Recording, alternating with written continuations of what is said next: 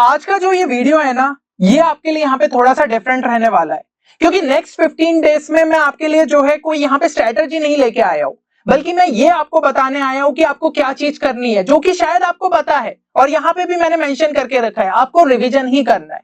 लेकिन किस तरीके से करना है कि सारी चीजें कवर अप हो जाए जो कि बेडसेट के लिए जरूरी है और एक अच्छे स्कोर तक पहुंच जाओ, उस चीज में आपको जरूर यहाँ पे हेल्प मिल जाएगी। तो वीडियो को एंड तक जरूर देखना और हर एक फैक्टर को यहाँ पे अच्छे से समझ लेना। दूसरा, यहाँ पे एक जो चीज मैंने जो है ऑब्जर्व करी है कि अभी भी मैं कमेंट सेक्शन में देखता हूँ कुछ स्टूडेंट्स इसी चीज को लेकर परेशान है, भैया हमारे जेई मेंस के अंदर इतना कम स्कोर रह गया था, हमारे जो है सिर्फ 83 परसेंटाइल आए, 84 परसेंटाइल आए, अब तो जो है पेरेंट्स ने भी उम्मीद छोड़ दी है कि भाई तुम कोई दूसरी एग्जाम निकाल पाओगे। तो मैं जो चीजें अभी आपको आगे की स्लाइड्स में बताने जा रहा हूं उसको थोड़ा अच्छे से समझना और गौर से जो है समझना। और अभी जो बोर्ड्स के भी रिजल्ट की टेंशन होंगी, भैया हमारे इतने बोर्ड्स में अगर अच्छे परसेंटेज नहीं आ पाए, हम बिट्स को क्लियर कर पाएंगे नहीं कर पाएंगे, सारे थॉट्स एक साइड पे रख दो। अभी रिजल्ट आ तो जान दो, जितना समझते हो सकता है उससे भी बेटर यहाँ पे स्कोर आ जाए, ठीक है। और एक चीज जो कि मैं आपको यहाँ पे समझाना चाह रहा हूं कि BITSAT is all together a different exam. जो जेई मेंस के प्रति अपन ने पर्सपेक्टिव पाला है उससे कई अलग हमारी जो है बिटसेट एग्जाम हो जाती है। और अगर आपने सिंसियरली यहाँ पे वर्क करा है ना, तो डेफिनेटली इसके अंदर आपको एक अच्छा रिजल्ट निकल जाएगा। और ऐसे कई सारे स्टूडेंट्स हमने जो है पिछले कुछ सालों में देखे हैं जिनके जेई मेंस के अंदर भाई लेस देन 90 परसेंटाइल थे बट बिटसेट में 300 प्लस के ऊपर तक स्कोर ले गए, जिनके भाई ग्रेटर देन 98 परसेंटाइल थे जो कि एक अच्छा स्कोर मेंस में माना जाता है, लेकिन लेस देन 250 का स्कोर निकला बिटसेट में।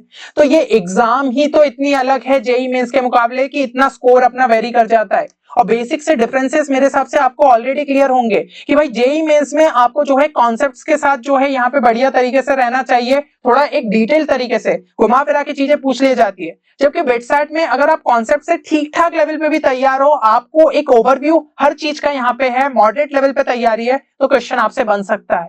दूसरा, स्पीड यहाँ पे जेई मेंस में ठीक है थोड़ा सा मैटर करती है बट मॉडरेट लेवल पे मैटर करती है, जबकि बिटसेट के लिए काफी ज्यादा हाई स्पीड की रिक्वायरमेंट रहती है। यहाँ पे आपका दिमाग बहुत तेज चलना चाहिए और यहाँ पे एक्यूरेसी भी आपको हाई रिक्वायरमेंट है, एक्यूरेसी तो यहाँ पे भी आपको हाई रिक्वायरमेंट है। फिर जेई मेंस में थोड़ी सी रिस्क कम रहती है, +4 -1 रहता है, तो हाँ ठीक है 25% चांसेस है कि हमारा क्वेश्चन गलत हो जाएगा, जबकि बिटसेट में रिस्क बढ़ जाती है, 33.33% चांसेस है कि आपका जो है क्वेश्चन यहाँ पे गलत हो सकता है। देन जेई मेंस में यहाँ पे कम रिस्क रहती है क्योंकि आपको +4 -1 रहता है, जबकि बिटसेट में +3 -1 रहता है। तो यहाँ पे जो नेगेटिव मार्किंग का आपका परसेंटेज है रिस्क वाइज वो यहाँ पे थोड़ा सा ज्यादा देखने को मिलता है। प्लस बिटसेट में एलआर एंड इंग्लिश है, फिर आपका जो डिलीटेड सिलेबस है कि भाई जेई मेंस से जो हट गया है तो वो भी एक अच्छा खासा परसेंटेज हो जाता है। तो ये सब चीजों का हमें जो है बिटसेट में ध्यान रखना रहता है और इनका ध्यान रख लिया तो डेफिनेटली आप जो है बिटसेट में एक अच्छे स्कोर तक पहुंच सकते हो irrespective of your JEE Mains result. And एक चीज समझ में आ रही है कि फर्स्ट अटेम्प्ट के लिए काफी कम टाइम रह गया, 15 दिन का ही टाइम रह गया है। तो अगर आप जो है 15 दिन में भी चाहते हो ना कि मेरी चीजें जो है फटाफट मैं यहाँ पे रिवाइज कर लूं, एलआर एंड इंग्लिश पे फोकस कर लूं, तो इनके लिए जो है हमारे सेपरेट कोर्सेस अवेलेबल है। बिटसेट का आप रैपिड रिवीजन बैच चेक कर सकते हो जहां पे आपको फटाफट फॉर्मूलेस का ब्रशअप यहाँ पे पीसीएम से रिलेटेड देखने को मिल जाएगा, एलआर एंड इंग्लिश के शॉर्ट नोट्स क्वेश्चन बैंक देखने को मिल जाएंगे। तो ये लास्ट टाइम पे काफी ज्यादा हेल्पफुल साबित हो सकता है और सिर्फ 2499 के प्राइस में अवेलेबल है after applying the discount coupon code, जो कि डिस्क्रिप्शन में देखने को मिल जाएगा। कुछ स्टूडेंट्स को लग रहा है सिर्फ एलआर एंड इंग्लिश की ही प्रिपरेशन अच्छे से हो जाए तो उनके लिए भी सेपरेट बैच अवेलेबल है। मॉक टेस्ट भी आपको हमारी वेबसाइट पे देखने को मिल जाएंगे और सभी के डिस्काउंट कूपन कोड डिस्क्रिप्शन में तुरंत जाके जो है चेक कर लो। और सबसे अच्छी बात है सभी कोर्सेस आपके सेकंड अटेम्प्ट तक वैलिड है। बाकी कोर्स से रिलेटेड अगर कोई भी क्वेरी है तो गिवन नंबर पे हमारी टीम को भी आप कांटेक्ट कर सकते हैं। अब यहाँ पे जो है आपने अगर अच्छी तरीके से अपनी प्रिपरेशन कर ली ना तो बिटसेट में एक अच्छे स्कोर तक पहुंचोगे ही। और जो एक बहुत बड़ा फैक्टर आपको हेल्प कर सकता है बिटसेट में अच्छा स्कोर दिलवाने में वो हो जाता है स्पीड।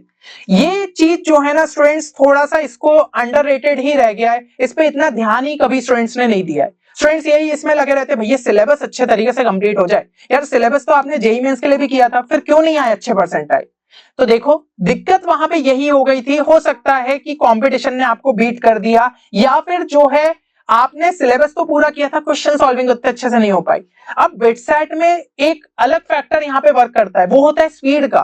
क्योंकि देखिए आपने सिलेबस कर लिया, जितने अच्छे लेवल तक कर लिया, लेकिन इस वाले फैक्टर पे सबसे अच्छे तरीके से वर्क कर लिया ना तो बिटसेट में एक अच्छा स्कोर निकल सकता है। और इसको इंप्रूव करने का क्या तरीका है? इसको इंप्रूव करने का ये तरीका है कि मॉक टेस्ट आपको देने ही चाहिए। इवन आपका सिलेबस उतना ज्यादा कंप्लीट नहीं हुआ हो, अगर आपने लास्ट टाइम पे अच्छे तरीके से मॉक टेस्ट लगा लिए विद प्रॉपर एनालिसिस, तो आपका स्कोर कई हद तक यहाँ पे बूस्ट हो जाता है।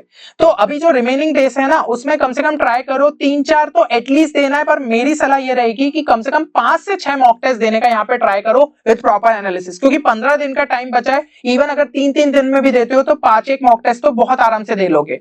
उसके अलावा सभी फॉर्मूलेस का जो है आप यहाँ पे रिविजन करिए, जितने भी इंपॉर्टेंट फॉर्मूलेस है कंप्लीट सिलेबस के उनको याद रखिए। इससे स्पीड कैसे बढ़ेगी, क्योंकि भाई अगर आपको फॉर्मूला दिमाग में रहेगा तो आपको सोचने में ज्यादा टाइम वेस्ट नहीं करना पड़ेगा। आपका मतलब कि फॉर्मूला इस तरीके से टिप में रहना चाहिए कि कोई नींद से जगा दे, अरे भाई इसका फॉर्मूला बता दो, तो ये फॉर्मूला आपको यहाँ पे याद रहना चाहिए। अब भले ही आप इसे रटना कहो, कुछ भी कहो, आप कहो कि नहीं भाई हम तो इंजीनियरिंग में जा रहे हैं, हमें तो चीजें समझ समझ के करनी रहेगी। यार देखिए, अभी का जो डिमांड है ना एग्जाम की, वो यही है कि आपका फॉर्मूला दिमाग में सेट हो जाना चाहिए कि आपको वैल्यूज देखिए, आपने उसके आंसर की और आंसर निकाल लिया, क्योंकि direct formula based question website में देखने को मिलेंगे and this exam is all about speed and accuracy. तो फॉर्मूला आपको इस तरीके से यहाँ पे याद रहना ही चाहिए। उसके अलावा स्मार्ट ट्रिक्स बहुत ज्यादा आपको हेल्प करती है। अगेन ये भी चीज बहुत अंडररेटेड रह गई वेबसाइट के लिए, कई स्टूडेंट्स ने इस पे फोकस ही नहीं किया। देखिए आप समझिए, मैथ्स एक लेंथी सेक्शन रहता है वेबसाइट के अंदर, और अगर आपको क्वेश्चंस को जल्दी सॉल्व करना है ना, तो आपको शॉर्ट ट्रिक्स अप्लाई करनी ही पड़ेगी।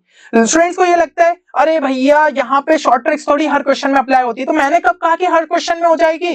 पर अगर आपने जो है यहाँ पे 40 क्वेश्चन आपके मैथ्स में पूछे जा रहे, अगर 7-8 में भी अप्लाई कर दी, ठीक है, क्योंकि बहुत सारे ऐसे क्वेश्चन रहते हैं जहां पे चीजें आपके जो है अल्टरनेटिव मेथड से सॉल्व हो जाती है। तो सोचो उन क्वेश्चंस में जो टाइम सेव किया है, वो बचे हुए आपके जो 30-35 क्वेश्चन है उसमें आप इन्वेस्ट कर सकते हो, और ज्यादा क्वेश्चन आपके अटेम्प्ट हो जाएंगे। तो ये चीज पे फोकस करो।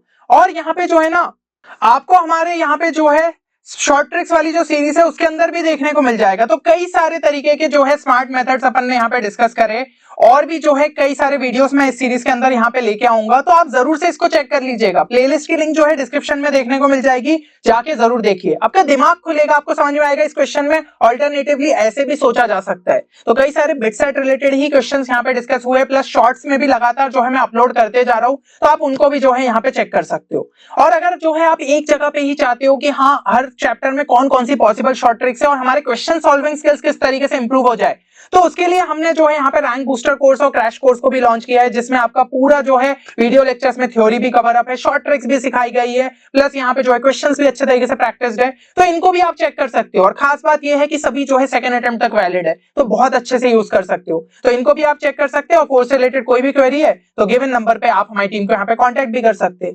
अब यहाँ पे फाइनली अपन जो है समझते हैं कि 15 डेज का जो है, अब फाइनली हम जो है यहाँ पे लास्ट 15 डेज के टाइम टेबल को समझते हैं कि किस तरीके से हम सब चीजों को यहाँ पे रिवाइज कर सकते हैं in the short span of time, और साथ ही साथ प्रॉपर तरीके से मॉक टेस्ट भी दे सकते हैं। तो जो जो फैक्टर्स की यहाँ पे रिक्वायरमेंट है ना वेबसाइट के लिए, हर एक चीज का यहाँ पे ध्यान रखा गया है। अच्छा एक चीज जो है मैं आपको यहाँ पे क्लियर कर दूं, यहाँ पे डिस्क्लेमर ही समझ लो कि देखो भाई 12 घंटे की एटलीस्ट यहाँ पे डेली स्टडी की रिक्वायरमेंट रहेगी। अगर आप उससे कम सोच रहे हो तो मैं कहूंगा कि ठीक है अभी से ही भूल जाओ, आपको जो भी लोकल कॉलेज में एडमिशन लेना है आप ले लो। अब ये मत बोलना कि भैया आप डिमोटिवेट कर रहे हो, नहीं, अभी भी अगर जाग नहीं रहे हो, अभी भी लग रहा है कि भाई ठीक है चीजें बहुत आसान है, तो फिर आप रहने ही दीजिए ना। कम से कम 12 घंटे अब लास्ट के जो बचे हुए दिन है उतने में तो दे दो। यहाँ पे मुश्किल से फर्स्ट अटेम्प्ट के लिए 15 दिन रह गए, सेकंड अटेम्प्ट के लिए भी जो है अपने पास 40-45 दिन रह गए। इतने से टाइम में इतने घंटे नहीं लगा सकते।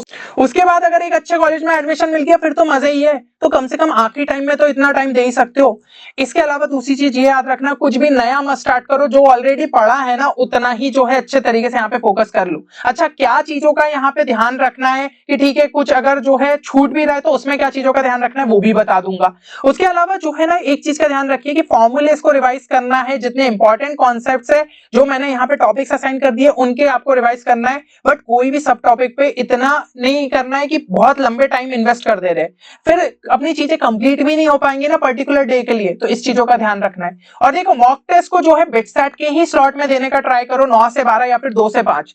अभी स्लॉट बुकिंग की जो शुरुआत है वो आपकी भलाई 13 मई से हो रही है, लेकिन आपके दिमाग में एक सेट तो हो गया होगा ना कि मुझे कौन सा स्लॉट लेना है, तो उस हिसाब से देना, फिर स्टार्ट कर ही देना। एंड देखिए एक चीज ध्यान रखिए कि प्लान जो है सिर्फ रिवीजन पर्पस के लिए, आपको अगर जो है प्रिपरेशन उतनी बेटर नहीं है ना, तो सीधा सेकंड अटेम्प्ट पे फोकस रखो। फर्स्ट अटेम्प्ट बस एक एग्जाम एक्सपोजर के लिए दे के आना है, ये चीज ध्यान रखिए, है ना। बट ये नहीं है कि सेकंड अटेम्प्ट में भी जो है अपन हल्के में ले रहे कि अभी तो बहुत टाइम है, स्टार्ट कर ही देनी है अच्छे तरीके से प्रिपरेशन। अब टाइम टेबल पे नजर डाल लेते, तो भैया कल से 12 मई से जो है आपको स्टार्ट हो जाना है। यहाँ पे सबसे पहले टारगेट रखो कि मॉडर्न फिजिक्स प्लस ऑप्टिक्स जो है 2 दिन के अंदर फटाफट रिवाइज करना है। जितने इंपॉर्टेंट कॉन्सेप्ट्स है ना, जितने इंपॉर्टेंट उसके अंदर फॉर्मूला ग्राफ सभी जो है आप फोकस यहाँ पे करते जाइए, फटाफट जो है देखना है। उसके अलावा ऑर्गेनिक में जितने इंपॉर्टेंट फंक्शनल ग्रुप टेस्ट हो जाते हैं, जीओसी का, ये सब चीजों पे आप जो है फोकस कर सकते हैं। तो टाइम जो है हिसाब से स्प्लिट रखिएगा कि हाँ कम से कम जो है 2.5 घंटे अपन ने इसके लिए दे दिए, ठीक है, 2.5 घंटे जो है इसके लिए यहाँ पे निकाल लिए। इसके अलावा जो है 3 घंटे अपन ने जो है मैथ्स के लिए दे दिए, और 4 घंटे में जो है अपने को बाकी मॉक टेस्ट और बाकी चीजों के लिए जो है फोकस करना है। तो 2.5 घंटे में आप जो है इंपॉर्टेंट यहाँ पे फॉर्मूले कॉन्सेप्ट्स नहीं रिवाइज कर सकते हो, शॉर्ट नोट्स अगर ऑलरेडी प्रिपेयर्ड है तो उसके थ्रू रिवाइज कर लो, है ना। और फिर जो है ऐसे ऑर्गेनिक में इंपॉर्टेंट फंक्शनल ग्रुप टेस्ट और जीओसी पे फोकस कर लिया। 3 घंटे में 2D 3D और वेक्टर्स के जितने इंपॉर्टेंट प्रॉपर्टीज फॉर्मूले इन पे जो है नजर मार ली। और जो 4 घंटे बच रहे हैं उसके अंदर आपको क्या करना है, एक मॉक टेस्ट लगाना है 3 घंटे का, और 1 घंटा जो है क्विकली उसको एनालिसिस करना है कहां पे गड़बड़ हो रही है, ताकि उसको इंप्रूव करो लगातार। फिर जो है 13 मई को फिर से अपन को यही चीज लेके बैठनी है। फिर ऑर्गेनिक में जो है इंपॉर्टेंट रिएक्शंस पे फोकस कर लिया, 2D 3D और यहाँ पे वेक्टर्स। तो इससे क्या होगा, आपकी क्वेश्चन सॉल्विंग मॉक टेस्ट के थ्रू हो जाएंगी और आप जो है रिवीजन भी यहाँ पे लगातार करते जाओगे।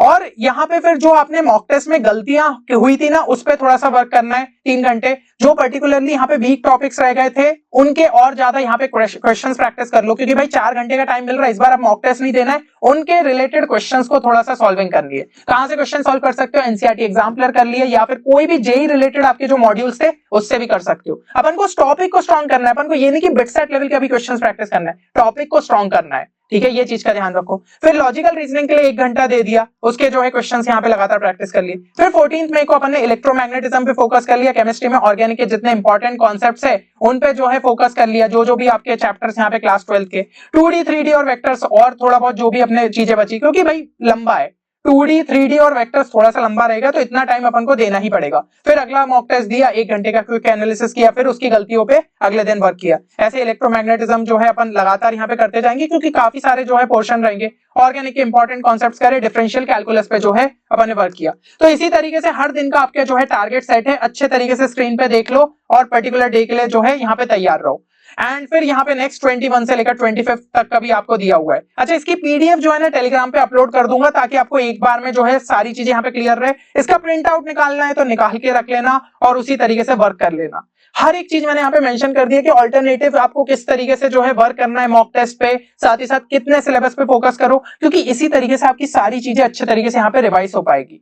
और इसको अगर आपने अच्छे तरीके से यहाँ पे कर लिया ना, तो सिर्फ कुछ और दिन रह जाएंगे, आपका बस बिटसेट एग्जाम आपने दी और आप जो है किसी ना किसी कैंपस के अंदर जो है आप यहाँ पे पढ़ रहे होंगे।